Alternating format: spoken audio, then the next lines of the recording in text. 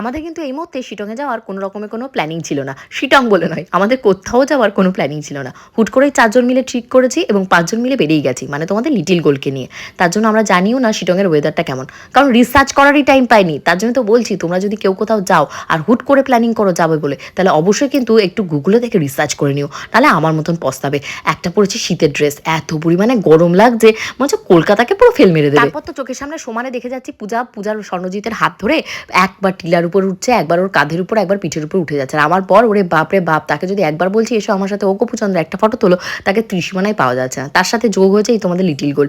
একটা ফটো নেই, একটা ভিডিও নেই, কিচ্ছু নেই। তারপর লাস্টে বলছি নাচ, তুই যত পারিস কোমর দুলিয়ে দুলিয়ে নাচ। কেন বলো তো? দেখতে পাচ্ছ এক পায়ে জুতো আছে আর রমণীর আর এক পায়ে জুতো নেই, কারণ আর এক পায়ে জুতোর বাবার কোলে এই যে দেখতে পাচ্ছ সমুদ্র নয়, ঝর্ণার জলটা বয়ে যাচ্ছে, এখানে খেলাখেলি করতে গিয়ে ফেলে দিয়েছে।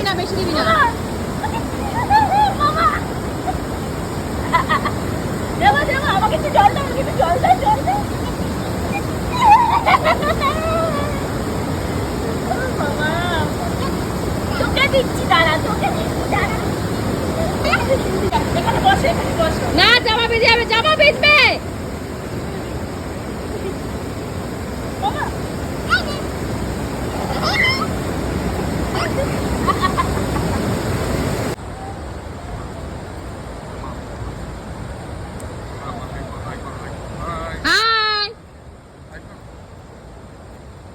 মানে এত পরিমাণে স্নান করেছে জলে, জুতো ভেসে চলে গেছে। এটা হলো ছদ্দির দেয়া জুতো, সেটা ভেসে চলে গেছে।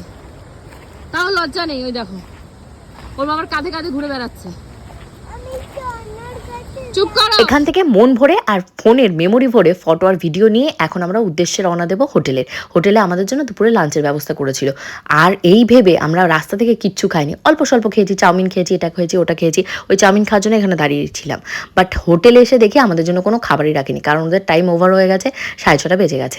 তো 7টার ভেতরে আমাদের এই দেখতে পাচ্ছ রুমের ভেতরে রুম সার্ভিস হিসাবে চা দিয়ে গেছে, আর তার সাথে ওদের ওখানকার স্পেশাল আলুর পকোড়া। ও যে কি বিটকেল পকোড়া, তোমাদের যদি কোনোদিনও না খাতে পারি তাহলে তোমরা বিশ্বাসই করবে না যে এত বিটকেল পকোড়াও হয়। তারপর আলু, কি আলু বলো তো? দুপুরবেলা খেতে দেয় যে আলু সিদ্ধ, সেই আলু সিদ্ধ যেগুলো বেঁচে থাকে, আমি এগুলো রিসার্চই করেছি, দেখেই বোঝা যাচ্ছে সেই আলুগুলো চটকে টটকে এই আলুর চপ বানিয়ে দেয়। বাঁচিয়ে দিয়েছে, গরমও করেছে ভালো, সবই ভালো।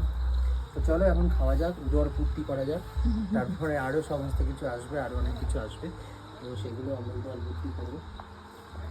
তো ভিডিও হয়েছে না,